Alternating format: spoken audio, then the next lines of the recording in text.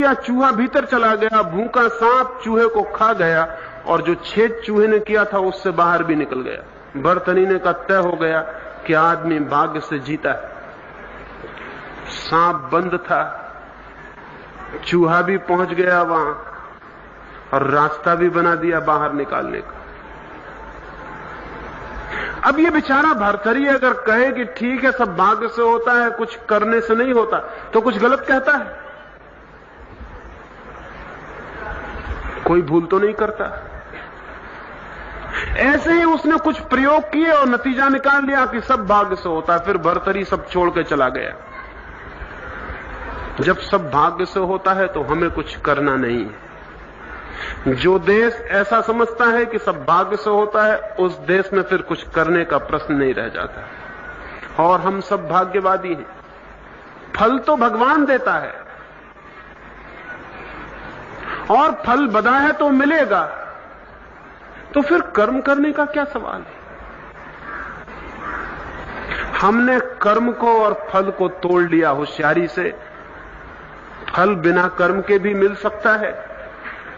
ये बात धीरे धीरे संस्कारित हो गई, दिमाग कंडीशनड हो गया और सारे मुल्क के मन में ये बात पैदा हो गई कि सब भाग्य से होता है, सब भाग्य से होता है।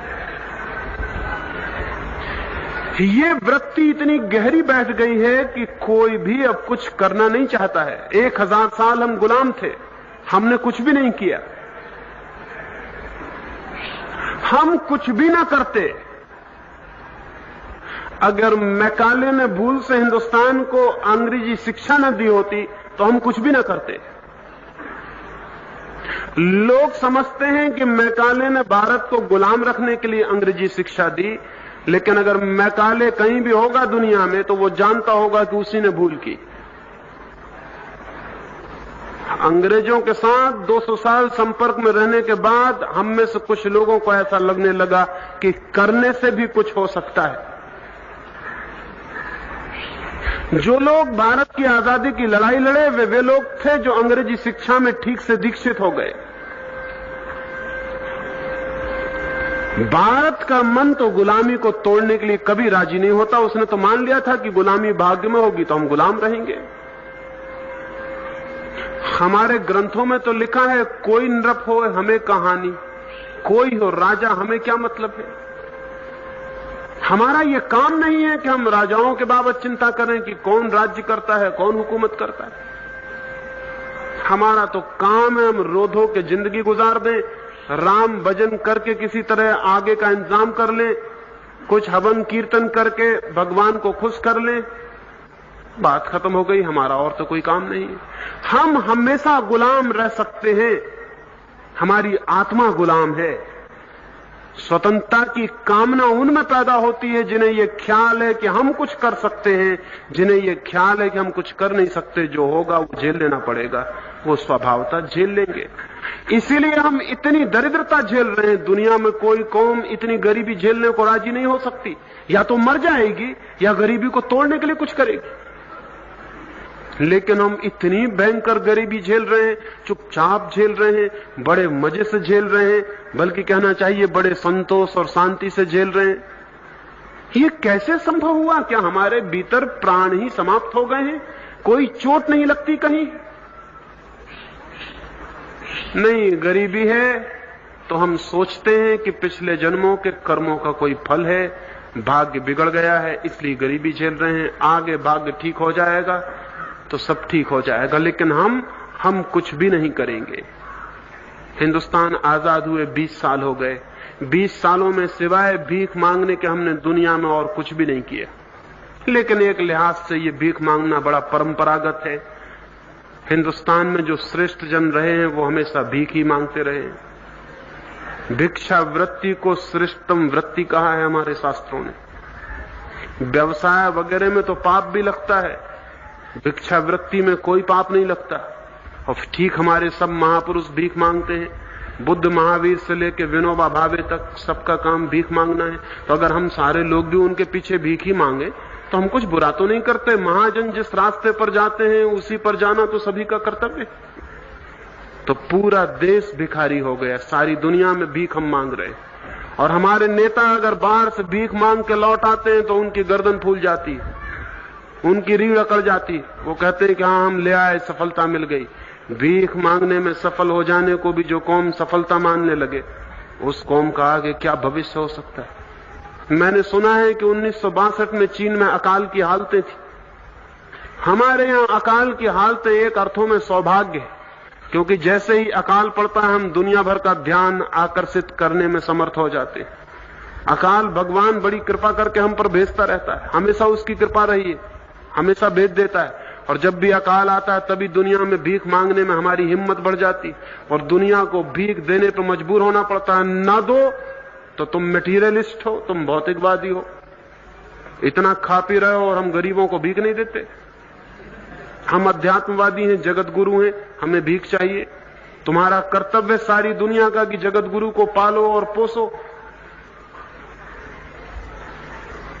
चीन में 1962 में अकाल की हालत थी। इंग्लैंड के कुछ मित्रों ने एक जहाज पर बहुत सा सामान, भोजन और कपड़े चीन भेजे।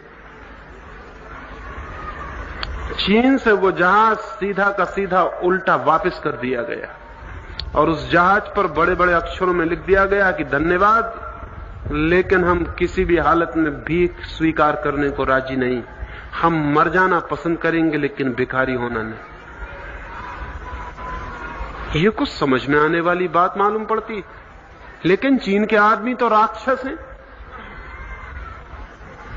उनको पता ही क्या, चीन के आदमी कोई आदमी है? आदमी हम हैं। हमने तो बड़े होशियारियों के काम किए। हमारे मुल्क में जिसको भिक्षा दो वो आपको धन्यवाद नहीं देगा। धन्यवाद आप उसका करना कि उसने आपकी भिक्षा स्वीकार कर ली। पता है आपको, पहले भिक्षा दो फिर पीछे दक्षिणा दो। दक्षिणा है धन्यवाद कि आपने हमारी भिक्षा स्वीकार की, बड़ी कृपा की।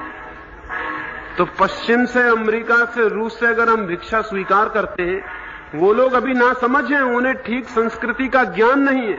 पहले भिक्षा देनी चाहिए फिर दक्षिणा देनी चाहिए बाद में कि आपकी बड़ी कृपा कि हे ब्राह्मण देश, तुमने हमारी भिक्षा स्वीकार कर ली, अब दक्षिणा भी स्वीकार करो। और हम उनको आशीर्वाद देके कि तुम इसी तरह फलो फूलो ताकि आगे भी भिक्षा दे सको।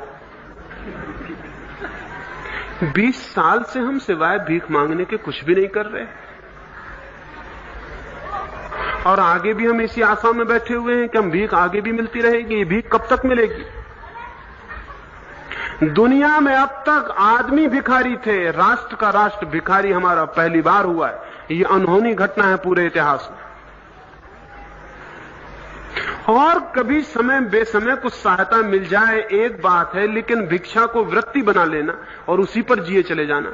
अभी मैं एक अमेरिकी विचारक की किताब पढ़ता था। किताब का नाम है 1978 और उसने लिखा है कि 1978 में भारत में एक महानतम अकाल के पड़ने की संभावना है। ऐसा अकाल विश्व इतिहास में कभी भी नहीं पड़ा होगा। अगर सारी दुनिया ने भीख नहीं दी तो उस अकाल में हिंदुस्तान में 10 करोड़ से लेकर 20 करोड़ लोगों तक के मरने की संभावना पैदा होगी। दिल्ली में एक बड़े नेता से मैंने कहा, उन्होंने कहा 1978 अभी बहुत दूर। 1978 नेता कहते हैं बहुत दूर। नेताओं को चुनाव के सिवाय और कोई चीज पास मालूम पड़ती ही नहीं और सब चीजें दूर। 1978 दूर। और मकान में आग लग जाए तब कुएं खोदने पड़ते हैं। 1978 से और ज्यादा क्या पास हो सकता है? लेकिन नेता कहते हैं 1978 दूर है। साधु सन्यासी कहते हैं कि बच्चे पैदा करो क्योंकि बच्चे भगवान भेजता है। तुम बच्चे पैदा करो, साधु सन्यासी समझाते हैं, क्योंकि बच्चों पर रोक लगाना बड़ा पाप है। जो आत्माएं जन्म लेना चाह रही उन्हें तुम रोक सकते हो, भगवान जानता है। और साधु सन्यासी समझाते हैं कि जो चोंच देता है वो चून भी देता है, जो मुंह देगा वो रोटी भी देगा। नेता कहते हैं 1978 दूर है, सन्यासी कहते हैं बच्चे पैदा करते चलो। 1978 जोर से छाती पे आ जाएगा, आ ही रहा है। हिंदुस्तान पाकिस्तान का बंटवारा हुआ तो जितनी आबादी पाकिस्तान में गई थी उससे 1.5 आबादी हमने 20 साल में फिर पैदा कर ली। वो जिन्ना बड़ी गलती में थे। अब हजरत को पता चला होगा कि तुम भारत को कभी कम नहीं कर सकते। 40 करोड़ की आबादी थी, अब 52 करोड़ की आबादी भारत में। हिंदुस्तान पाकिस्तान की मिला के 40 करोड़ थी, अब अकेले हिंदुस्तान की 52 करोड़। अब मियां जिन्ना बहुत पछताते होंगे कि हमने बहुत गलती कर ली। भारत को तुम कभी कम नहीं कर सकते हो।